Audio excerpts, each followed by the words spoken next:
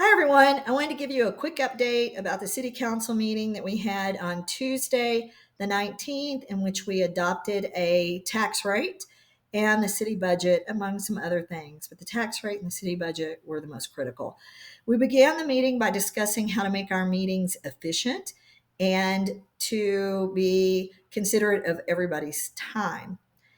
We are hoping that we can keep the meetings to an hour or an hour and a half and still cover everything that needs to be covered and handle all of the city business that we need to handle. So that's our goal. We also discussed when we talk acronyms, we need to explain what those stand for. Every field has their acronyms: medicine, law, education, government's no different. So when we say hot taxes, the idea is to explain that that stands for hotel occupancy tax. Also, a lot of numbers get thrown around at some of these meetings, and we want to make sure that we are explaining what the numbers mean. For example, when we talk percentages, how did we calculate it? Did we use, for example, if we say property taxes are a certain percentage of the budget, did we use the whole budget with all the different funds? Or are we talking about the general fund, which is the only fund that property taxes go to? The percentage will vary depending on what you're talking about. Also, statistics. We need to explain how we arrived at these things so that everybody has a true understanding of what we are talking about. So we went in to adopt the budget, which was approved. Our budget is a balanced budget. That's one of the requirements of the city. The city has had balanced budgets for many years, and what that means is that the amount of expenses equals the amount of revenue. So this year it's the same thing. It's a balanced budget. The other thing to keep in mind is a budget isn't set in stone. It's fluid and flexible, just like your family budget. If something comes along and all of a sudden you need a new roof, then your budget is going to shift so that you can get that new roof. It's the same thing with the city. So the budget can be amended and can be changed. There's different tax rates that the council looked at.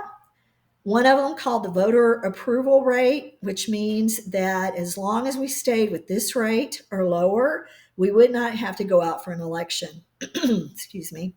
Elections cost money, anywhere from $6,000 to $10,000. So if we stuck with 0.457554, then we were going to bring in an additional $222,641.24. The reason being that property taxes, or property values, I should say, actually across the state of Texas increased. So with that, municipalities are bringing in more funds. If we decided to stay with the same tax rate that we had for 2022-2023, which is 0.466326, then we would bring in an additional $265,988.68.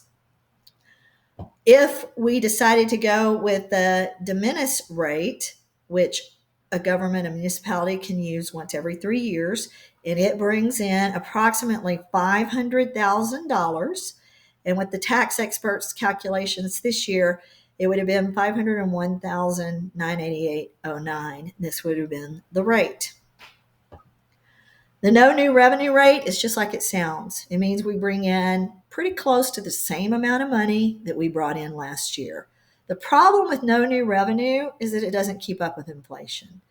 And the city of Alpine, this has been the most common one that has been adopted since 2010, is no new revenue, which means the city has had a hard time keeping up with inflation because they're bringing in the same amount of money year in and year out.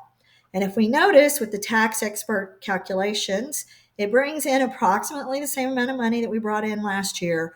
But if you really look at the nitty gritty, you'll notice there's a negative sign here. So it's going to bring in $4,000 approximately less than what we did last year. And as we know, inflation goes up year after year after year. So the city council decided to go with the voter approval rate, which is less. Look at this, 0.457554. It's less than what we paid last year, which is 0.466326.